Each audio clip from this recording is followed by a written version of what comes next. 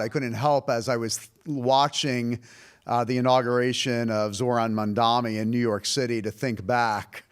And in that same city, George Washington, as you said, placing his hand on the Bible, kissing the Bible, understanding the central place of the authoritative Word of God, not only in his life and on his presidency, but in the flourishing and the foundation of this new republic.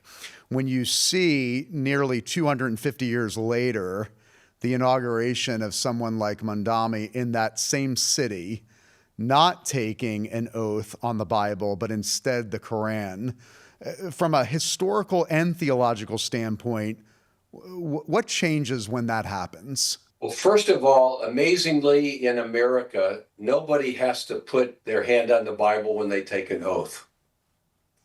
But it has been the custom throughout the history of our nation to do so. And those who've chosen not to do it have chosen maybe a legal textbook, again, reminding themselves that they're accountable to the law, if not to God.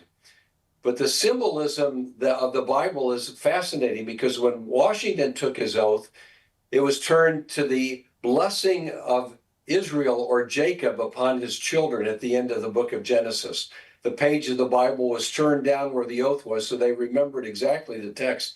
He was viewing himself as the founding father of America, kind of like the great Jacob/Israel blessing his children. Well, when Mandami comes to office and says, I don't want to follow that practice, he's saying, I want another sacred text to be used. Well, what does that represent? Well, there's several things it symbolically represents. One, I am not part of the Judeo-Christian heritage.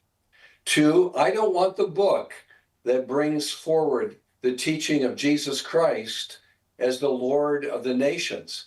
Rather, I would have a book that says I'm not only not a Jewish, Christian, biblical person, I want a book that honors the fact that Muhammad is the final prophet of God, and that the Quran and its teaching is what I would like to be held accountable to, or maybe even the values I hope I will bring to bear upon the city in which I'm leading. Now, it doesn't say that by the action itself, but it's clearly pushing aside all of that legacy and saying there's another direction I want my nation to go.